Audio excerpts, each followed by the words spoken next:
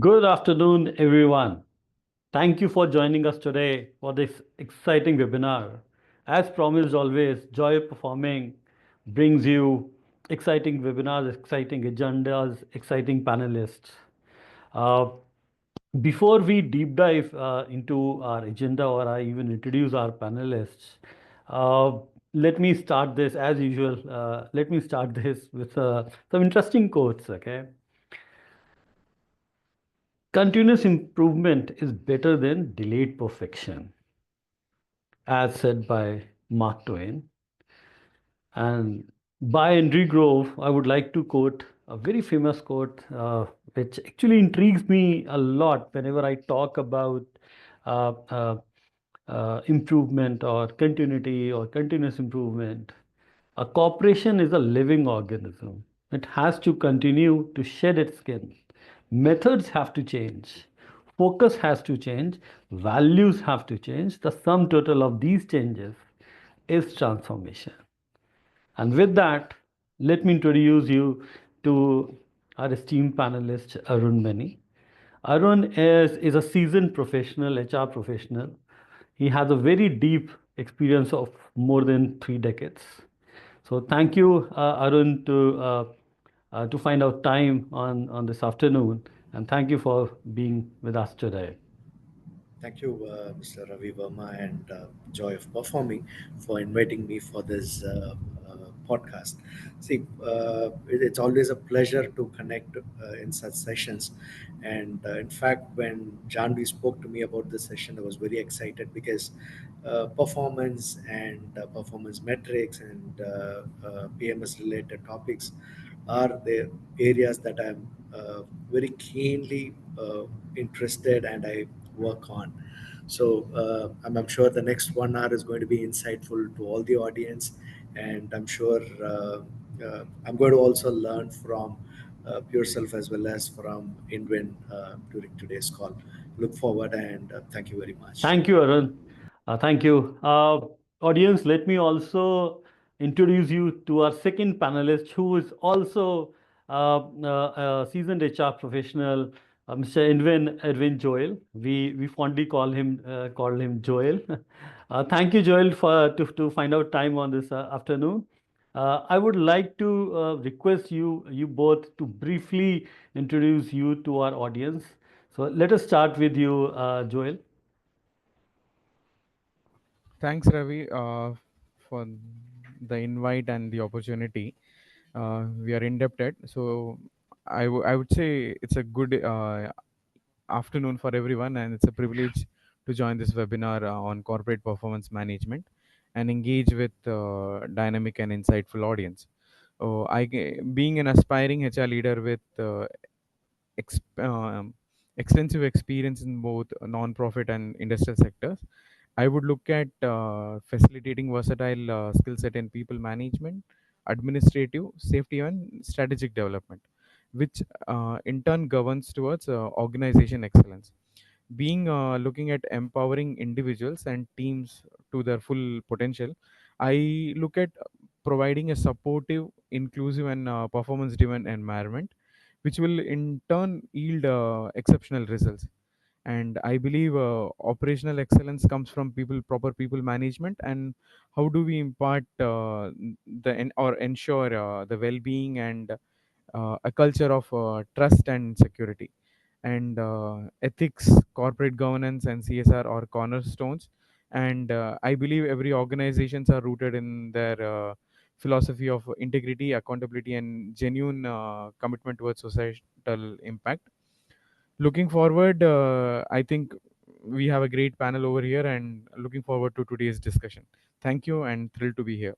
Thank you, Joel. Thanks a lot.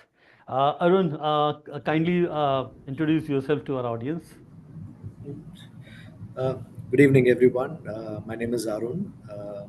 I come with about 24 years of experience in HR. I've worked with companies with multiple industries, which operates in IT, ITES, KPOs, BFSI, manufacturing, as well as telecom sectors.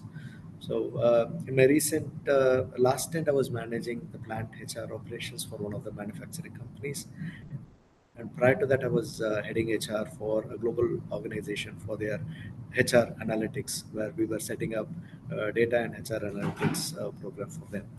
In my current stint, I manage the HR activities for an IT organization, and we also do a lot of digital transformation on the HR front as well.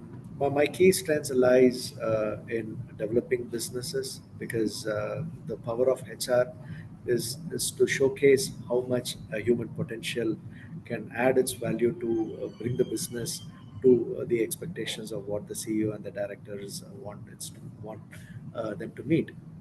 So I strongly believe in the human potential is something that we have not fully utilized, and there are definitely opportunities for every individual to work out human potential strategy and ensure that they are able to make it to the best level that they can. So, talking about human potential, I'm also a certified trainer in developing human potential excellence.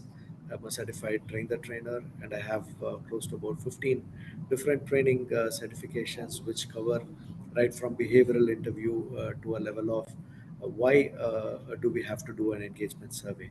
So, this is a summary about my overall experience. And as I said, I'm really glad and honored to be part of this session today. Thank you, Arun. I believe our audience would definitely learn, and you will share a lot of good things, a lot of insights today, because we can see that uh, how deep experience and how different industry experience you have, and also how Joel can also reflect from CSR point of view, because I think so. This is the first time we have panelists from that domain. So thank you both for finding out time this afternoon. I'll not delay anymore. Let us introduce the agenda today that we have. So, what we are going to talk today is how continuous performance management drives people and business growth.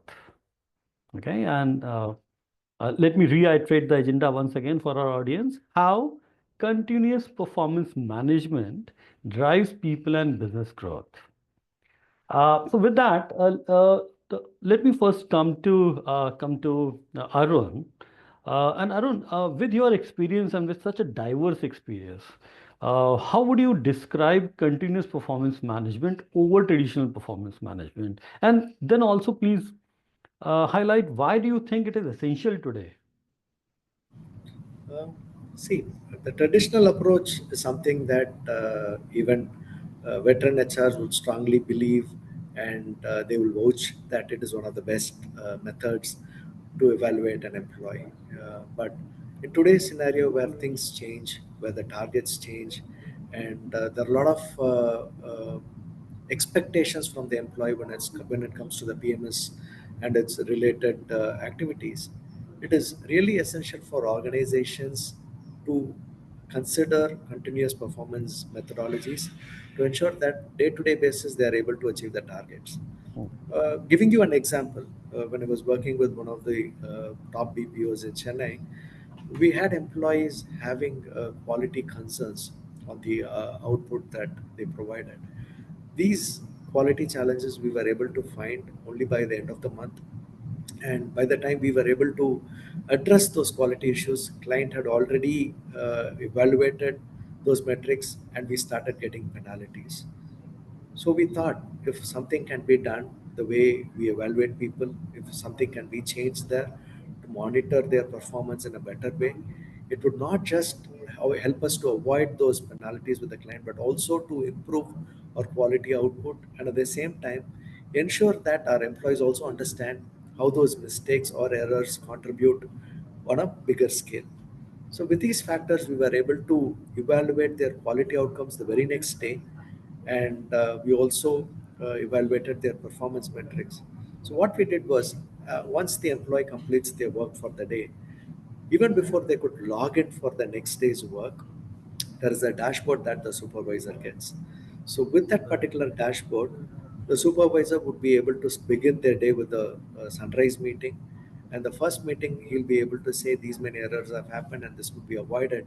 and those feedbacks start to come from the manager. Right. So with that continuous performance or a daily metric, what we were able to do is two things. One, we were able to identify those errors immediately and we were able to address it even before it went to the client. Number two, it did Mm. not come to us as a surprise to the HR, to the leader as well as to the employee. Because Yeah. in traditional methods, what usually Mm. happens is by the month end or after Mhm. a quarter or after half yearly or after a year is when the employee comes to know the mistakes, the challenges, or Mm. what he could have done better. So Yes. one of those days it becomes a post-mortem report which is not useful for the employee as well as for Yeah. the organization. Right. Right. So when we started doing this, it became helpful for the employee. We avoided a lot of surprises, Mm. shocking news to the employee, and it was very clear. Okay, I'm here. If you have to go here, I need to do certain things so that I scale up my performance. Right. These are Right. some of the Right. things that we did. Right. So, thank you, Arun. That's really insightful. And when you say that there were a lot of surprises, okay, to the management, to the reporting managers. So I believe you also wanted to say that you were able to de-risk also, or you were able to identify certain risk early in time also. And sometimes in the complex setups, what happens, uh, employee is also, the reporter is also not able to think that, yeah, this may result into risk, because he or she is actually only at a working at a unit level. But a reporting manager is actually working not on just unit level, but at a various units. Very insightful. Coming on that to Joel, right? One thing is, since he said that how now over the traditional performance management, still the veterans will think that yes, the performance reviews and all happen the best in the performance management way. But today's need is the continuous performance. People want to get that kind of a feedback, okay, not as a postmortem, but as a real time feedback to grow also. Now, how do you think that from the CSR point of view, right? How important is it? Is it needed in that CSR vertical also, or what are your thoughts on that? See, I've been in organization where I've worked with traditional HRs. So, so that's one way of looking at it. So when we have to address it in the way like when we look at the business transformation, we Mhm. had a brick and mortar kind of a business synergy.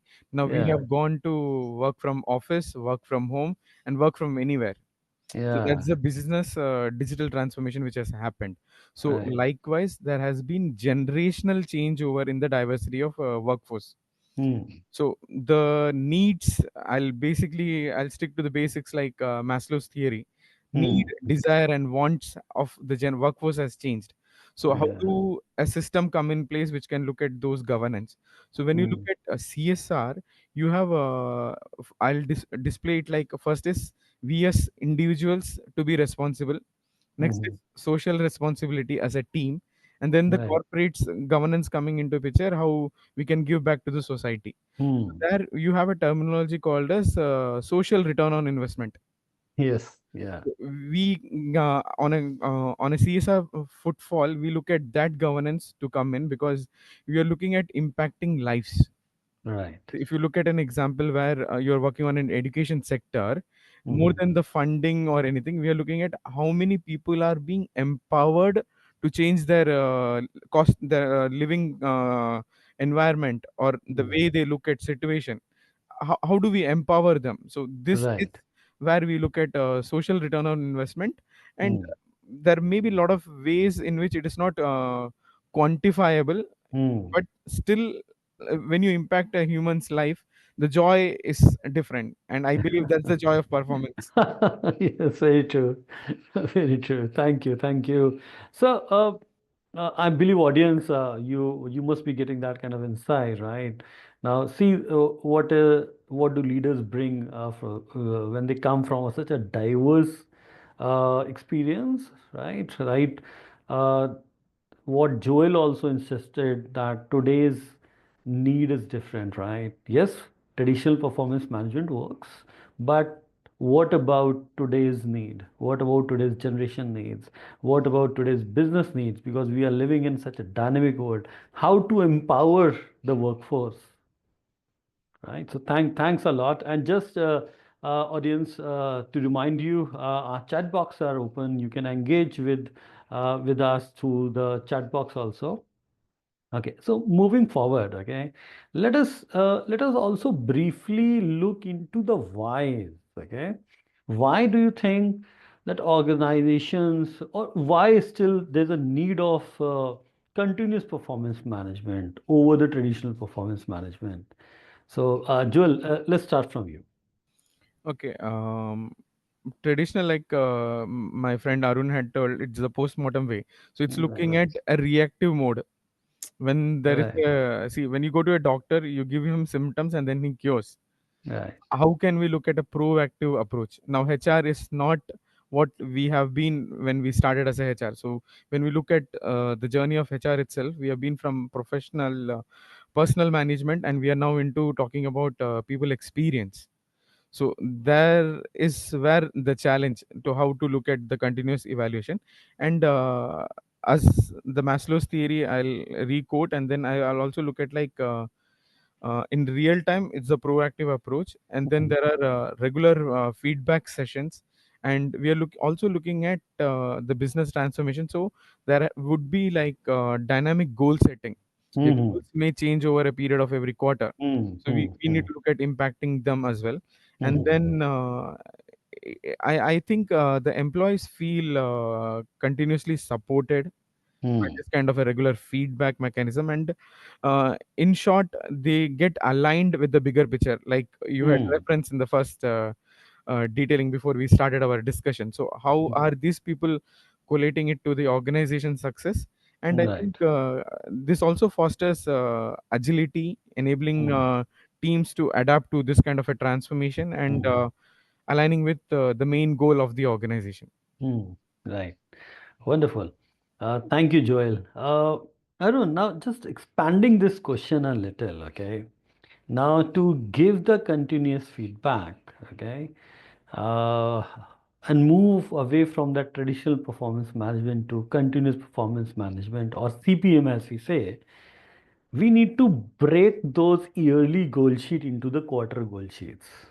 Okay, so now I would like to understand, right, from you briefly, that is there a blockage, right? Are companies or are people open to that kind of a work, or is there a lot of effort to get that piece moving also? Because without that, I don't think so. The continuous feedback will be that powerful. Okay. Uh, See, let me again quote an example. In one of the manufacturing companies that I had worked, what we did was we came up with the annual target that we wanted to achieve. Say, assuming that it was $300 million for the year, Hmm. it was a target for us. So what we did was we wanted to align that $300 million to each of those departments. That was a Right. primary action we did. It is similar to how we studied in our schools. So be it first Hmm. standard or the 12th standard. So once you get onto a class, there are periodic evaluations that happens. Hmm. You're not being asked to take the final test as Hmm. the first or the only test for the particular class. There are series of tests that you take, series of evaluations that happens, series of training, series of Hmm. mentoring and coaching that happens during your classroom in schools as well as in colleges. Similarly, in this particular corporate, what we did was after taking the annual target, we aligned all the departments in terms of how are their targets going to impact in achieving the company's targets. Hmm. So while doing that, we also did a talent review activity where Okay. we came up in identifying high performance employees because we need to retain them.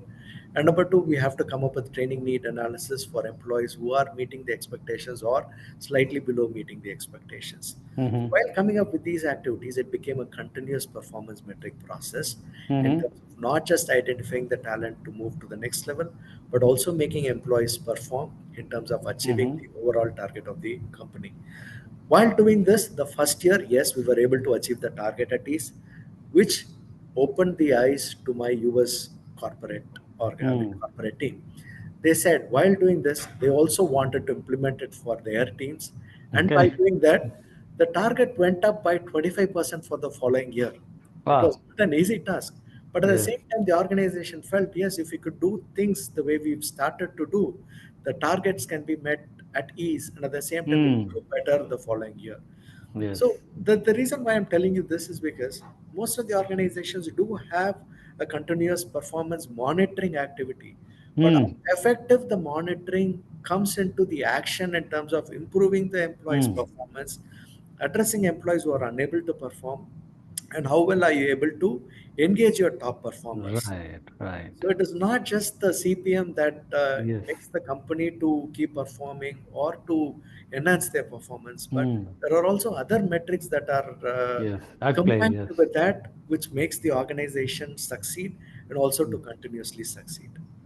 So, thank you, Arun, and I think so wonderfully you also touched upon and given us the difference between continuous performance monitoring and the management. So, what is required is not just monitoring today, but also the management. So, thanks a lot. Thanks a lot. I'm enjoying this. I hope my audience is also they are enjoying it, right? Now, Arun, let me come back to you again. Okay. Now, with your extensive background and a diverse background, how you've seen the CPM contributing to, though you've just given this example, but would you like to add anything when I say that how you see it contributing, contribute to aligning individual contributions with the organizational growth? Any other example or any other uh, area you would like to touch upon? See, basically, when CPM is being implemented in organizations, most of the departments, maybe let me take an example of sales or marketing. They may feel little pressurized because it Mm-hmm. is the daily target that converts to the weekly and monthly targets. Maybe they've had a bad day and Mm-hmm. they may have to take over that day's target to the following day or for that particular week to achieve it. So they may feel it to be a little policing, but at the Mm-hmm. end of the day, the manager and the supervisor plays a very vital role in terms of not doing a micro level managerial overlooking of the day-to-day work, but at the same time they'll have to support their team to ensure that the daily targets are being converted to weekly and then to monthly. So these are challenges that happens in organizations where they depend on the daily targets. For example, it can Mm-hmm. be a manufacturing company where if the daily target is reduced, you cannot do an OT because it is a 24 by 7 operation. But Yes. how do you improve or how do you bring out the overall target that you promised to the business really matters. So Mm-hmm. while you are facing a challenge, it is always good to go back to your customer, tell them that they may need 1 or 2 more days because of the lag that they have had. And most of the times we fail to communicate. Again, CPM is again all about how effective communication is Yes. also happening between the teams and within the teams. Mm. So if these things are little strong, I'm sure CPM is going to take organizations to a very higher level than whatever they've anticipated it to be.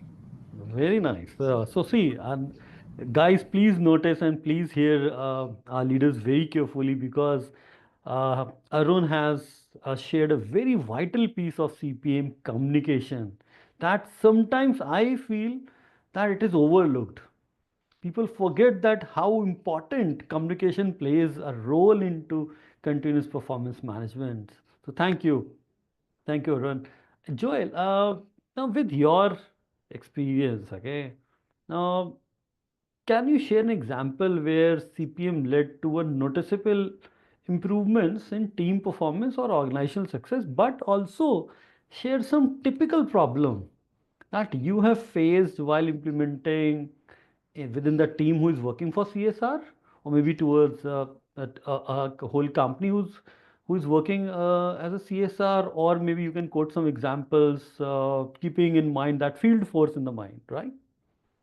Please. Okay. See, Arun had given an inference of communication. So feedback, real-time feedback is the foundational stepping stone for building trust and fostering growth. Let it be for the organization or for the department-wise indication. Because when you have people from different generations And I'll quote, I can give you examples like when you have an organization where you have a traditional HR and you have the people working force from the Gen Z. There's always a conflict of interest on the thought process and the way to look at solutioning. Mm. Another thing is communication also means understanding the art of listening. Are we listening to discuss something, or are we listening to give a counter to the other person? So the art of delegation, how critical it is, the art of listening is Right. also very critical in a Yes. management. So are we looking at developing leaders in the organization Mm. or managers? See, we Right. require both people, because we do have administrative tasks where we Mm. need governance of managers to ensure the tasks are Yeah. rolling it across. We also, because we are looking at administrative excellence and operational excellence, Right. when you're looking at transformational growth and everything, you need to look at growth and innovation. How do we get it? When we foster a culture which is empathetic, which is committed, which is cohesive, or you a transparency and everything. Mm. Another example I can give is, we say we have transformed ourselves. I'll quote example is, we had earlier postcards. Mm. We used to write messages and send it across. We Mm. didn't had any problem with the privacy. Right. Now you have everyone's phones are covered with all the passwords and everything. That brings in governance to look at Yeah. how are we looking at confidentiality, how are we Right. looking at the privacy concerns as well. So Right. fostering one-on-one communication, a continuous communication with a Mm-hmm. proper feedback. It Mm. has to be subtle, Mm-hmm. Right. can't be Right. blunt, because the other person may not get it in the right way. Yes. Yes. Yes. Interesting. Okay. So we have two questions, right, from our audience. Thank you, Mayank, for asking the question. He asked that how can CPM help in enhanced alignment, reduce surprises, and culture development? So what he's talking about is a whole organizational development, right? So Arun, would you like to say something? Yeah, definitely. See, the culture of the organization, as Mayank asked, is very plays a very vital role when it comes to CPM, because the company tries to create a culture of excellence, culture of learning and development, and culture of collaboration. So when a company talks about these three factors, it really reflects in the way it looks at the employees' performance, the way it looks at the employees' development, and so on. So a typical organization talking about CPM will concentrate on three factors. One, what is the kind of people that they are hiring, which is the maximum hiring role for the Mm-hmm. organization to achieve its objectives.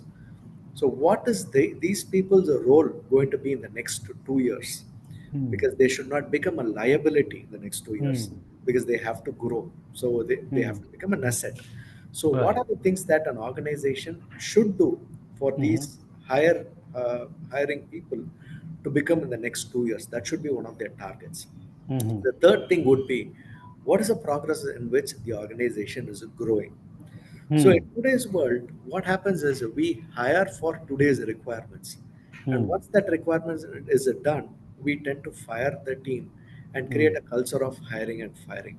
And most of the organizations do that. And even I was part of a couple of organizations where we used to fire people once the project is completed, right? Hmm. But the situation is, how will those people be a brand ambassador for the organization that they have worked for, and that they've given them an area or a scope for them to showcase their development? Hmm. And talking about CPM, which is again a very strong part of the organization's culture, Hmm. these employees, even if they are fired, they become a strong ambassador, because the CPM will make sure that they are collaborating, they are learning Hmm. day in, day out, and they are also contributing to a bigger picture, Right. right? And that collaboration will also bring in that alignment, right? Absolutely. Yeah. So when we are talking about all these three factors, three vital Hmm. factors that the organization concentrates, it Hmm. doesn't really matter for the employee that he's been asked to leave, or he's been Hmm. fired, or been given a time off.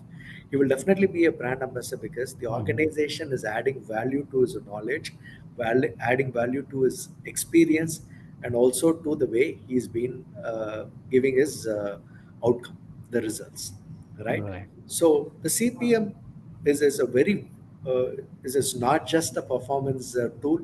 It is a greater tool that builds an organization, builds the brand, and also the brand ambassadors. Hmm.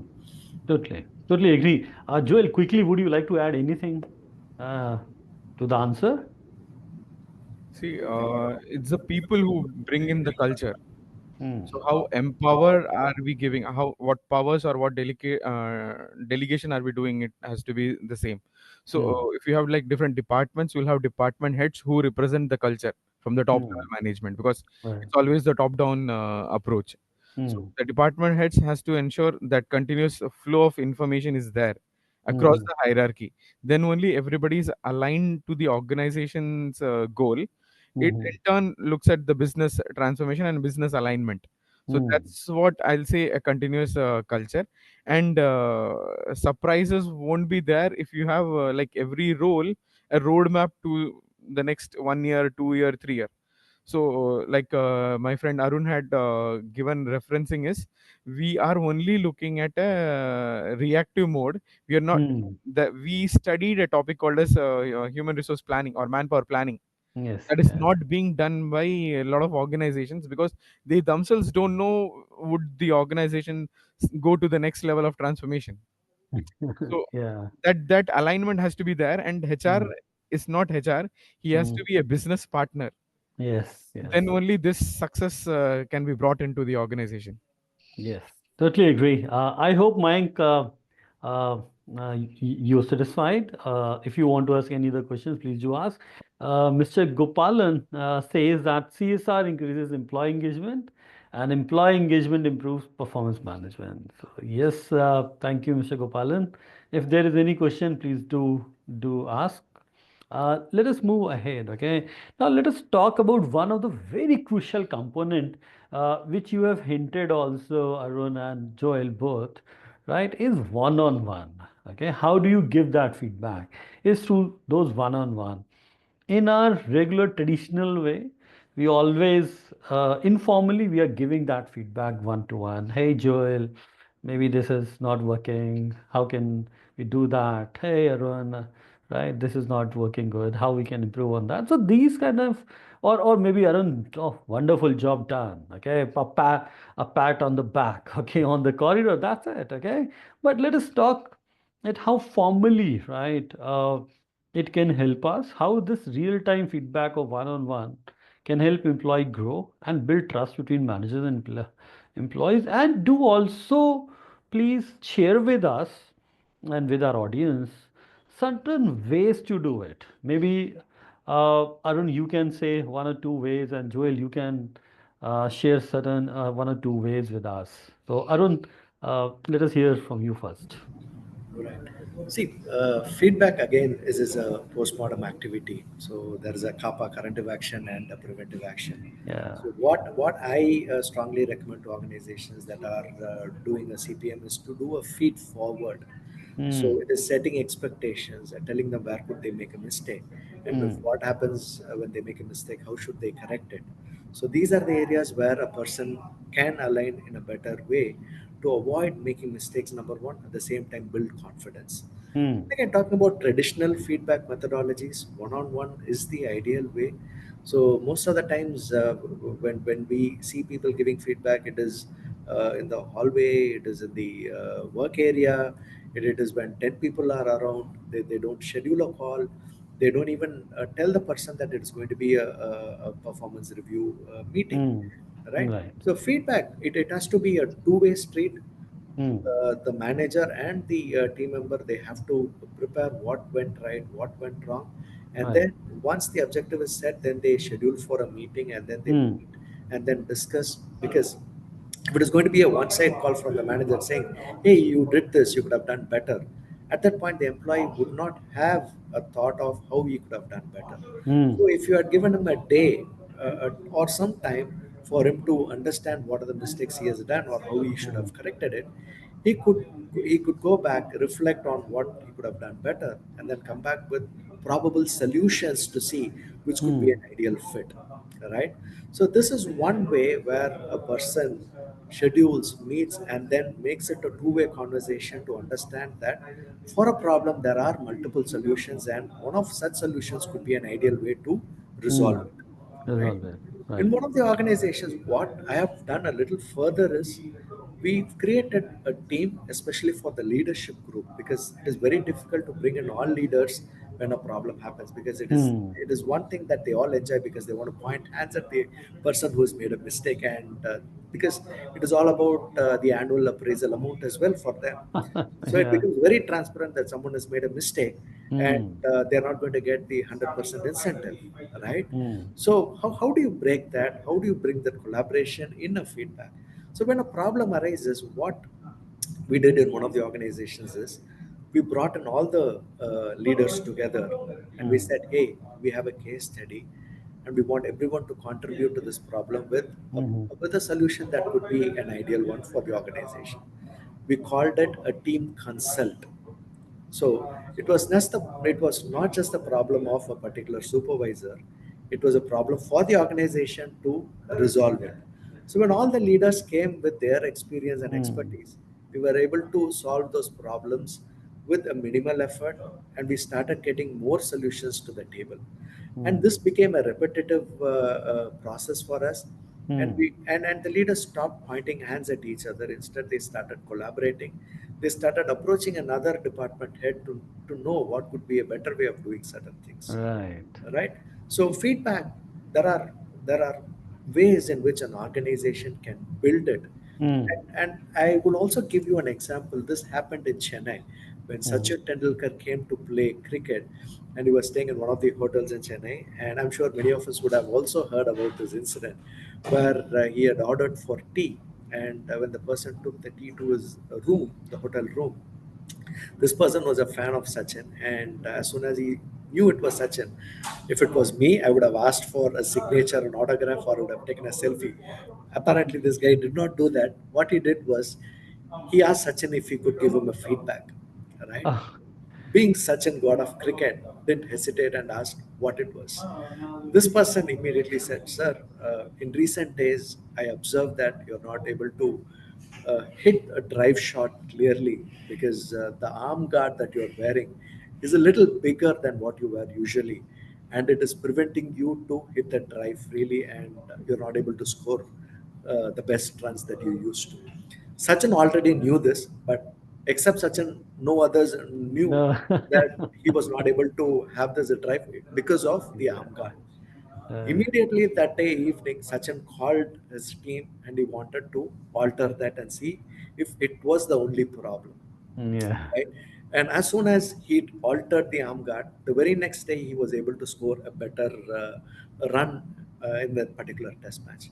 The next day he was not able to meet the person whoever had given the feedback, but apparently he had tweeted saying it really helped him because he felt it was some other reason, but he knew that the arm guard could have been one of the reasons, but he was also Yeah. not too sure. Not sure. This is the power of feedback. See, people can uh, give feedback, but it is again the person who receives feedback, whether hmm. is he in an open mind to take An that, open mind, yes. and is he able to use that feedback to enhance his skills and make the better person. Right. So most of the time we see Hmm. feedback to be on a negative side because we always take it that way, but Hmm. there are also intentions from the manager to give a Hmm. feedback. Very One is interesting. to improve the employee's performance because it is Right. hitting the manager's performance. Yes. Thank you, Arun. Thank you. And thank you for bringing such and making this whole conversation more lively.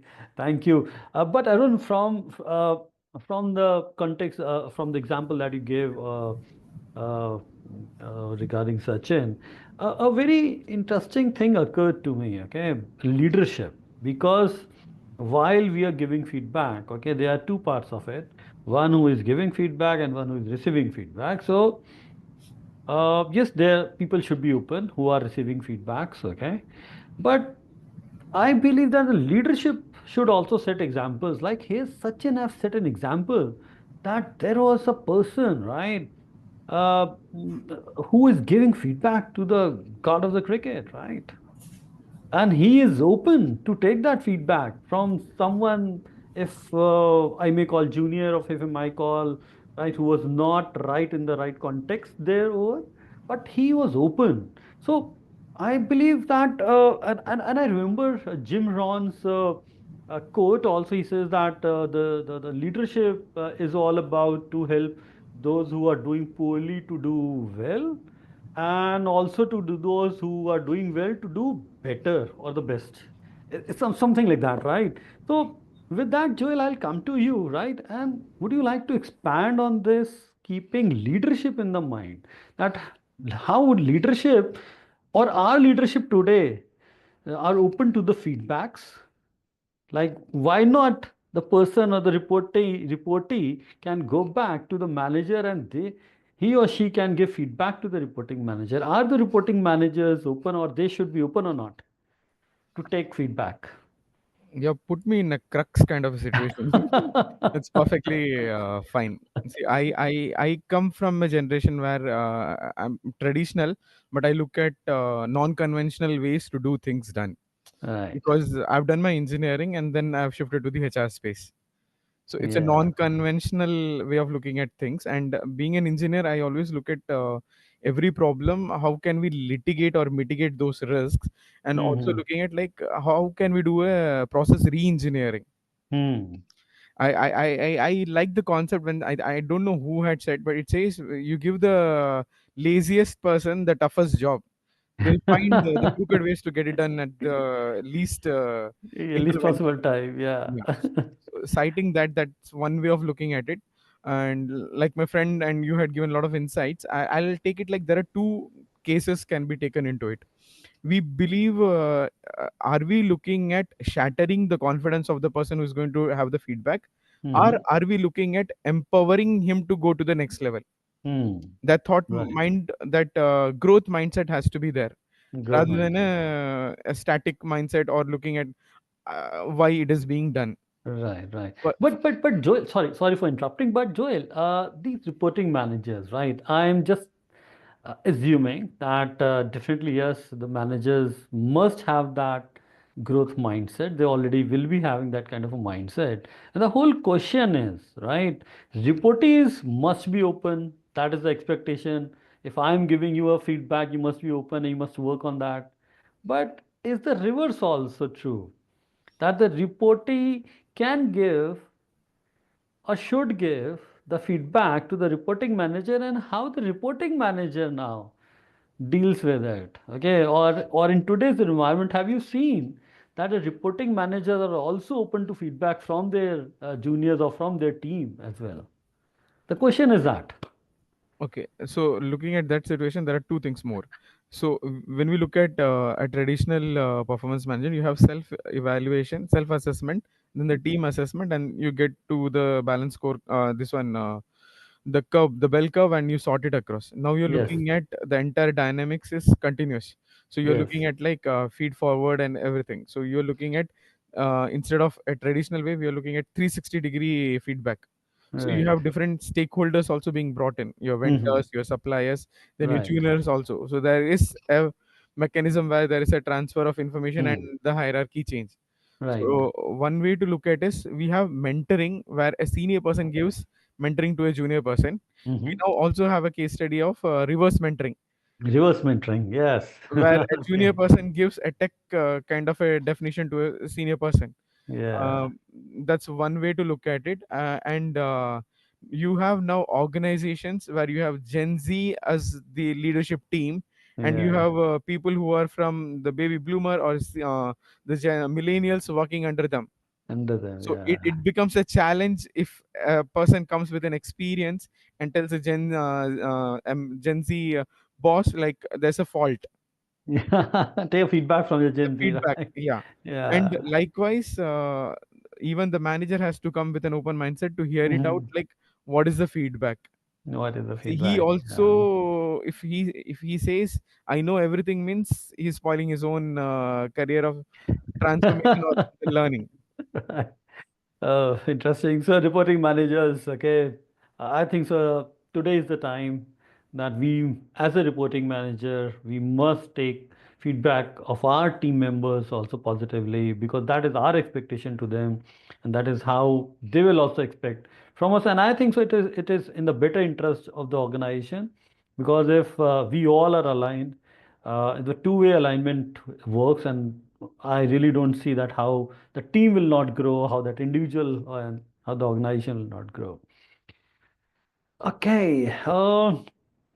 So I will request my audience, because the conversation is very exciting, and the whole continuous performance management is really a feed forward way of looking into growth. Okay, so please drop in your questions. Okay, if you have any questions. Now let us understand. So Joy Performing is a technology company. We are a solution company providing solutions, or okay, technology solutions. Now what you are very experienced leaders, okay, and you've been implementing CPM in your organizations in your experience. Now, what would be, Joel, your expectations, right, in from the tech companies like us, that what you look forward that yes, if this is there, maybe the whole CPM can be more effective and easier also. See, technology has to be looked as a enabler. So technology plays a transformative role in CPM implementation. It will give you like real time data, then insights. So Mm-hmm. instead of a waterfall way of methodology, we will look at an agile performance Agile. management. Mm-hmm. And I have worked with tools which have like dashboards and Mm-hmm. analytics and everything. But we need to look at, see, the HR has a lot of data, Mm-hmm. historical data and everything. We need to know what needs to be done with what data and what kind of insights has to be brought in.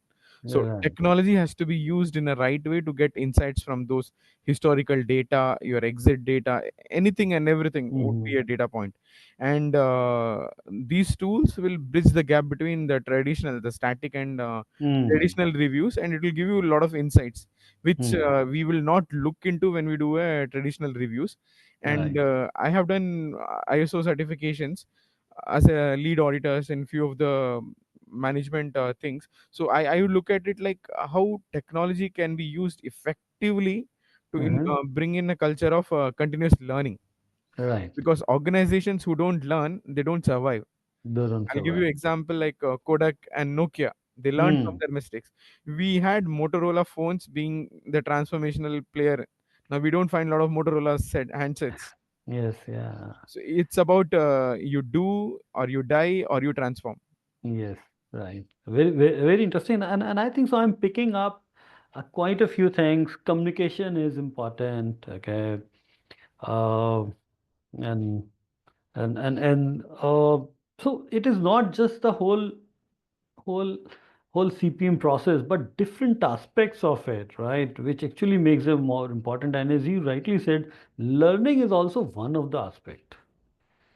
Right. So yes, big feedbacks are there, everything is there, but at the end of the tunnel, there is some learning to be done. Okay. Right. So very interesting. Thank you, Joel. Arun, would you like to share your expectation from the technology? See, the system has to be predictive. That is Mhm. number one. Because when I say I'm going to hire a person for X position, as I mentioned, it has to start from his hiring metrics as to how he has performed there. Because performance is not just for an employee after joining the company, it Mhm. starts right from the time he's being hired. So, how Mhm. did he perform during the hiring?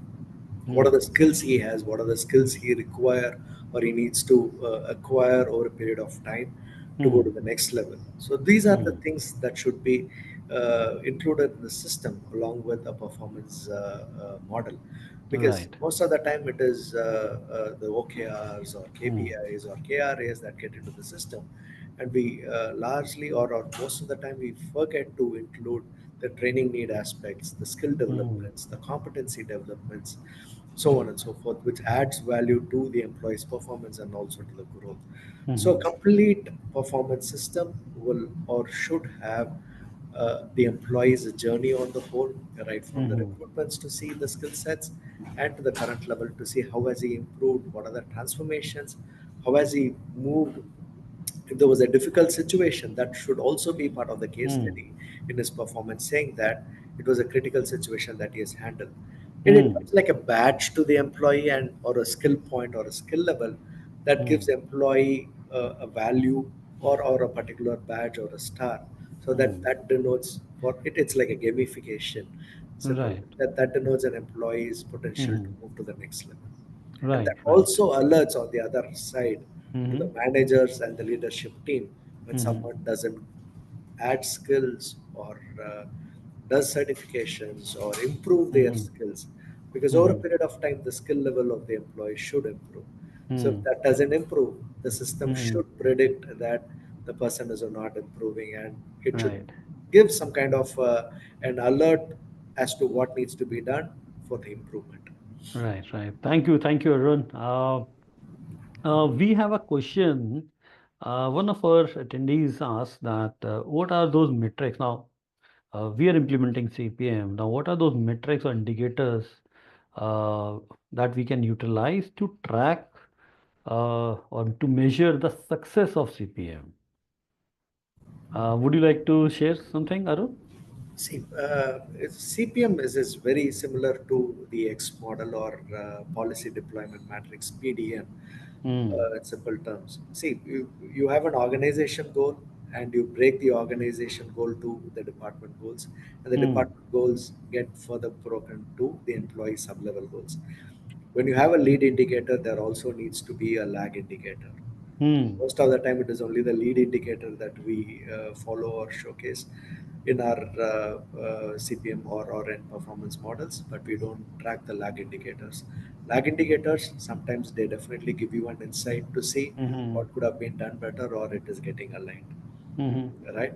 So it is not just obtaining 90% in your exams and getting mm-hmm. into an MBBS or a BE degree. So what are the areas you could have concentrated more to have scored more? So those are Right, the indicators where it would help you. So lead right. lad indicators, again breaking down from organization, department, sub Mm-hmm. departments, and the employee level. Right. Okay. Joel, would you like to add anything to it? No, he had summarized it well. I like the top-down approach from the business goals to the employee and organization outcomes and everything. So one thing which I think I can put up is like you can look at some of them like business outcomes like growth, Mm-hmm. perspective, profitability, or your net promoter score or time to market. That can be one way to look at it. Another is when you're done a CPM in the organization, how has the organization being agile, the Mm-hmm. response time for the entire organization towards the change, and what is Mm. the goal alignment percentage, like what's the Mm. success rate to that.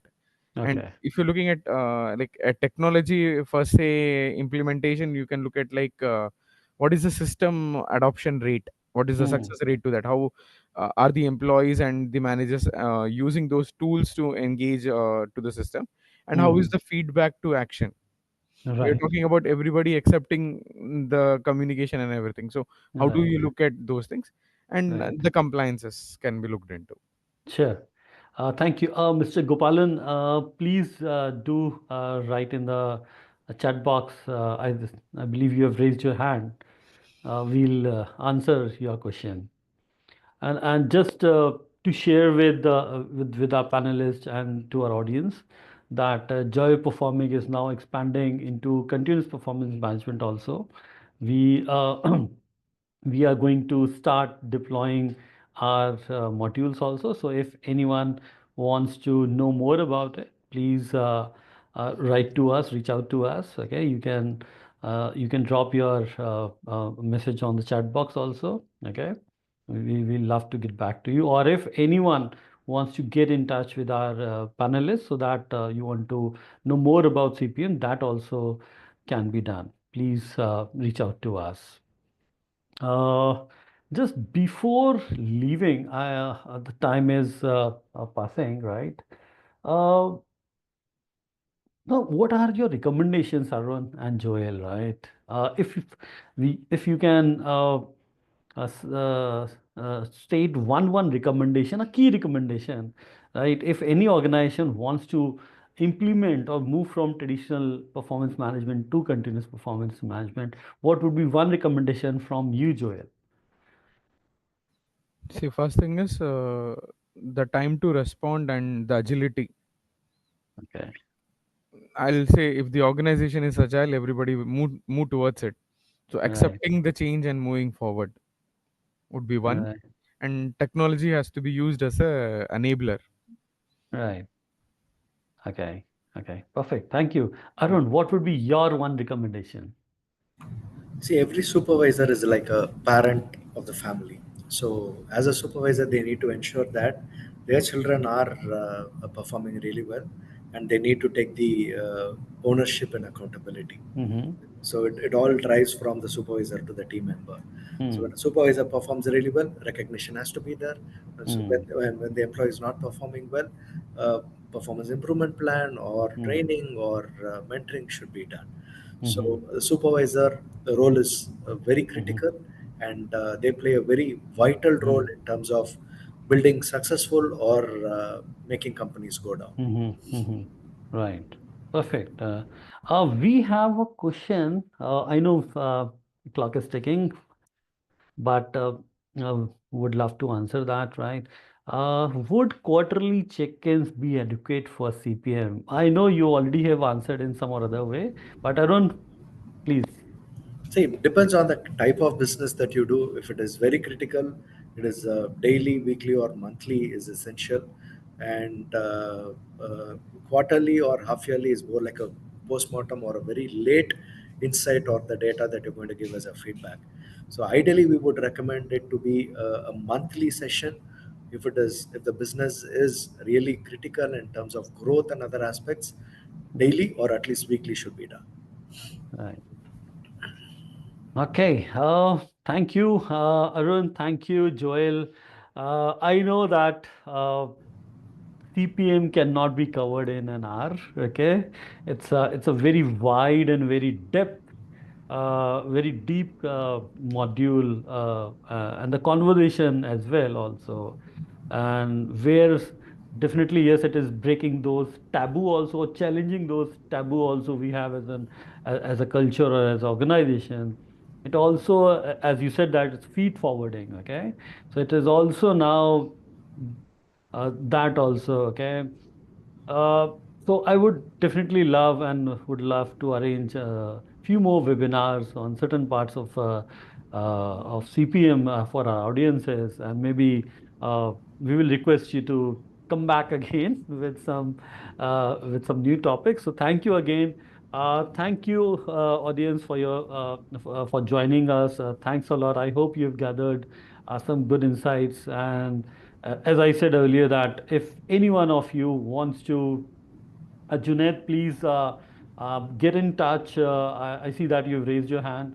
Please get in touch. You can see that our team has shared certain LinkedIn's. Okay, you can get in touch with us, or you can write to us also at support@getjob.com.